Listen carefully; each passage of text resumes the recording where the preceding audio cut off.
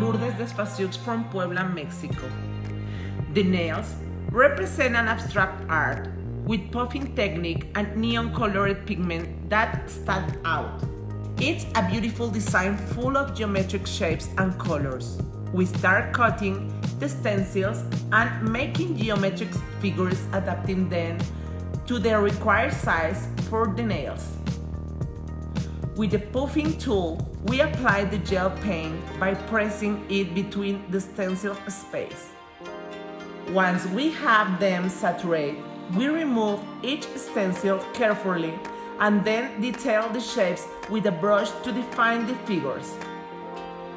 We introduce the designs in our lamp for 30 seconds and then we apply the neon-colored pigments onto the gel with an evaporation layer so it adheres. After then, we introduce the designs in our lamp for a minute and a half.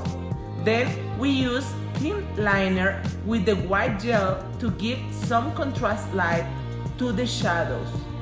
We introduce it in the lamp for 1 minute and then we clean the design with cleanser.